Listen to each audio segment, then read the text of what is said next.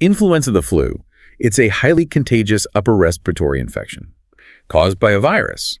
And while, yeah, technically you could get it any time, the sources are clear, these flu viruses really thrive in the colder months. Your highest risk is generally December through March, at least in temperate parts of the world. Okay, and here's where it gets really interesting and maybe different from a cold. Unlike that sniffle that kind of creeps up on you over days, the flu, bam, the symptoms tend to hit suddenly and hard. We're talking about that, just overwhelming fatigue, body aches that make everything hurt, often a high fever.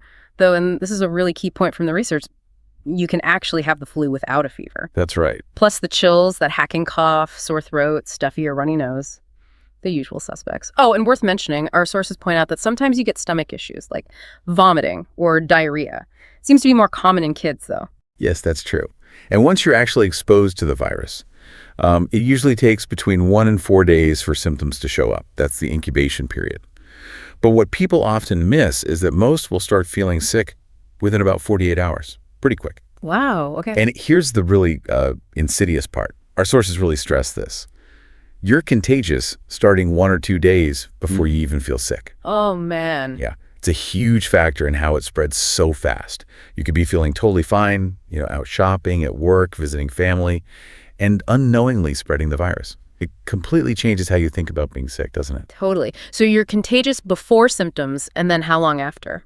So adults can typically spread it for about 5 to 7 days after symptoms start.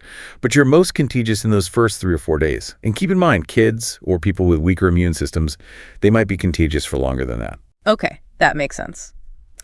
Which brings us to that CDC advice, right? Stay home until your fever is gone for 24 hours without fever-reducing meds and symptoms are improving. That seems straightforward, but I bet people fudge that without meds part all the time. Just want to get back out there. Exactly. Yeah. That's the common misunderstanding. You pop an ibuprofen, feel a bit better, think I'm good, but you might still be shedding virus. Yeah. And your body's still fighting hard. Right. Which is why understanding the whole timeline is useful, not just the contagious bit. So the sources kind of lay out 4 stages. Incubation first, then days 1 to 3, that's usually your peak misery. Then days 4 to 7, things usually start getting better. Then there's the post-day 8 period. So yeah, peak symptoms usually hit day 2 or 3. Then gradual improvement, days 4 through 7. I remember one time I had the flu, felt mostly better after maybe 5 days, but that cough, it just lingered for like 2 weeks. You think you're done, but nope. That's incredibly common. Our sources back that up too. Even if you're healthy, that cough and just feeling generally unwell, malaise, they call it, that can stick around for 2 weeks or even longer. And apparently a fever can sometimes come back during recovery and your appetite might take a while to return. Absolutely. So while the main acute illness often lasts about 3 to 7 days if you don't get treatment, that recovery tail can be quite long. Your body's still working, even when the worst is over. Right. So, okay, we've talked about how sudden and intense it is, how long things can linger. When do you cross the line from, ugh, I feel awful, to, okay, I actually need medical help? That's a really critical question, and the research gives us some clear flags.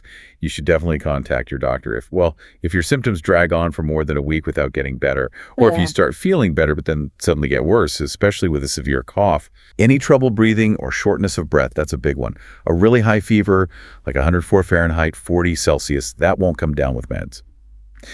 Also, persistent chest pain or pressure, feeling dizzy or confused. Or if you notice you've stopped urinating, that signals dehydration. Wow, okay. That's a pretty specific list. Knowing their signs seems key. It really is. It helps get the right care quickly and avoid serious problems. And for diagnosis, I mean, sometimes you just know, right? That rapid onset, the body aches, the exhaustion, it feels different from a cold. Often, yes. Severity and speed are clues. But for confirmation, doctors can do tests, like a rapid flu test, swab your nose or throat, get results in maybe 15 minutes. And I saw there are even over-the-counter tests now for flu A, flu B, and COVID. That's right, they are becoming available. Useful for quick information, though a doctor's diagnosis is still important, especially for treatment decisions. Speaking of treatment. Yes, antiviral drugs. They're really important, especially if you catch it early. The sources consistently emphasize, take them within the first 1 to 2 days of symptoms. They can lessen the symptoms and actually shorten how long you're sick.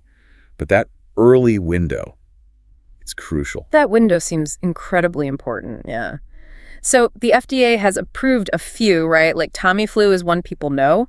Yes, oseltamivir, that's Tamiflu. There's also zanamivir, Rolenza, caramivir, Rapivab, and baloxavir, Sofluza. 4 main ones. And I guess the doctor decides which one. It's not just grab any antivirals.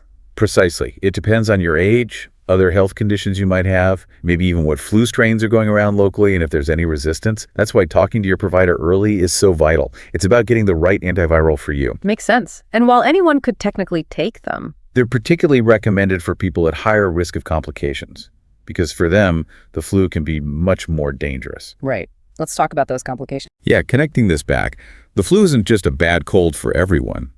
Our sources show consistently that for some people, the very young, older adults, people with chronic conditions like asthma, diabetes, heart disease, for them, it can lead to really serious problems. And those problems can be, well, pretty scary looking at the research. Things like pneumonia, bronchitis, croup, those respiratory issues, dehydration, ear infections, sinus infections. Those are common ones. Yes. But then there are the more severe ones. Heart problems like myocarditis, inflammation of the heart muscle, neurological issues like seizures or confusion, and tragically, in some cases, organ failure, even death. It sounds stark, but it's the reality of influenza's potential impact. Yeah. It highlights why high-risk individuals need to be especially vigilant. Absolutely. So if you're in a high-risk group and you think you have the flu, don't wait. Call your doctor right away.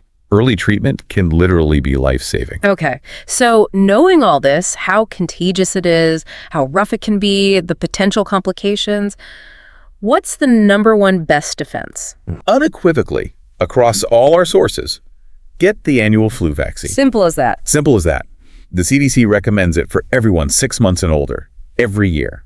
It's the single most effective way to protect yourself. And what's fascinating reading through everything is how straightforward the other prevention advice is too. Stuff we kind of know but maybe get lazy about. Exactly. Good old-fashioned hygiene. Washing your hands often. Covering your coughs and sneezes. These simple things genuinely help stop the virus from spreading. They have a real public health impact when people actually do them consistently. Right. Okay, so let's recap the big takeaways for everyone listening. Right. The flu can be contagious even before you feel sick. That's huge. The main illness might be 3 to 7 days, but that cough or fatigue could easily last 2 weeks or more. Knowing those specific warning signs for when it's serious and you need medical help is crucial. Don't tough it out if you have breathing trouble or a super high fever. Absolutely. And that 1 to 2 day window for antivirals to work best. Especially key if you're high risk. Don't delay calling your doctor. Yes, exactly. Understanding those timelines for contagion, for recovery, for treatment effectiveness, it really empowers you to navigate flu season more safely. And again, for anyone who suspects they have the flu, especially if high risk, contact a healthcare provider within those first 2 days. Discussing antivirals is the recommended step. So, thinking about all this, the next time you feel that sudden chill, those aches kick in, that wave of fatigue hits you, remember this deep dive. How might knowing these timelines, these warning signs, these prevention tips, how might that change how you react? Not just for yourself, but maybe for protecting the people around you too. Something to think about. Hopefully this deep dive gave you a clearer, maybe more nuanced picture of the flu, knowledge that goes beyond just, oh, it's flu season again, and helps you handle it with a bit more confidence. Until next time, keep digging, keep learning.